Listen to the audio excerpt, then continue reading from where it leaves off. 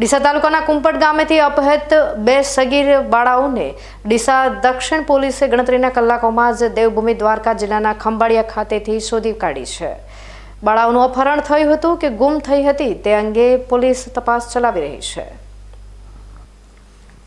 ડીસા તાલુકાના કુંપટ ગામેથી બે સગીરભાઈની બાળાઓ તારીખ 18 સપ્ટેમ્બરના રોજ મોડી સાંજે ગુમ થઈ હોવાની જાણ તેઓના પરિવારજનોને થતા તેઓએ તાત્કાલિક ડીસા તાલુકા પોલીસ મથકે ફરિયાદ નોંધાવી હતી, જેમાં ભાદરવી પૂનમના મહામેળામાં અંબાજી ખાતે મોટાભાગનો પોલીસ સ્ટાફ બંદોબસ્તમાં વ્યસ્ત હોઈ બંને બાળાઓને શોધવાની તપાસ ડીસા દક્ષિણ પીઆઈ કેબી દેસાઈને સોંપવામાં આવી હતી, જેથી તો તેઓએ ઓછા પોલીસ સ્ટાફ વચ્ચે પણ હ્યુમન સોર્સ લગાવી તેમજ ટેકનિકલ સર્વે અને સીસીટીવી ફૂટેજની મદદથી તપાસ હાથ ધરતા બંને બાળાઓ દેવભૂમિ દ્વારકા જિલ્લાના ખંભાળિયા ખાતેથી મળી આવી હતી।